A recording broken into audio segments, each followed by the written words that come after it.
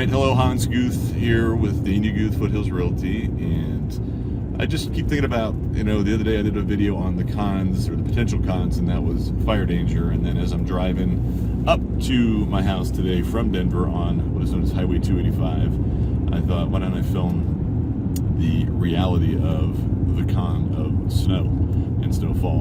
And so I moved here from Florida 25 years-ish or so ago, and I didn't even see snow till I was 20 years old. And so when I got here, my first winter was terrifying. I think I was white-knuckling it, driving in snowy conditions the whole time.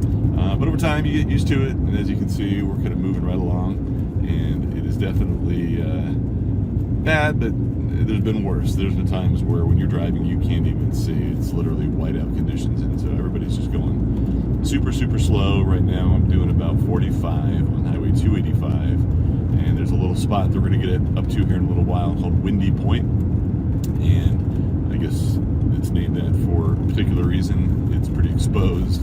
It's a lot of wind, and it gets icy. So the biggest problem is, yes, snow is problematic, or can be problematic when you're driving it. Certainly you can slip off the road. Here goes a tow truck with a car. Oh, look, here we go. I don't know if you're going to see, but we've got highway or emergency vehicles. Let me get a shot in there. Yeah, there we go. Somebody went off the road. Perfect timing to do a cons video. I don't see. Oh, maybe that was the car that was just going the other direction on the tow truck. I bet it was. Oh, there's more ahead. So what was I saying? Yeah, it can get slippery, and certainly icy conditions are problematic. Oh, there's a car in the ditch. I can't move my camera, but there's literally flipped over and in the ditch. I couldn't have picked a better time to do a cons video when it comes to snow and snowfall. So I'm just driving slow. I'm gonna go ahead and get in the right lane and just take my time, because that tells me that the roads are probably pretty icy.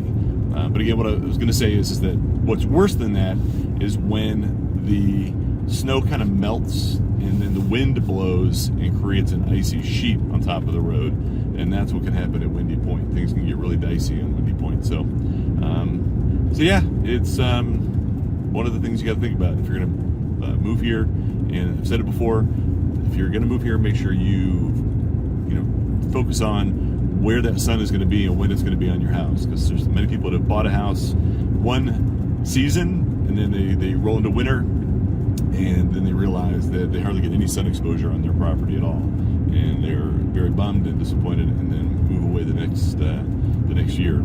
So anyway, that's it for this video. I will share more pros and cons later on down the road.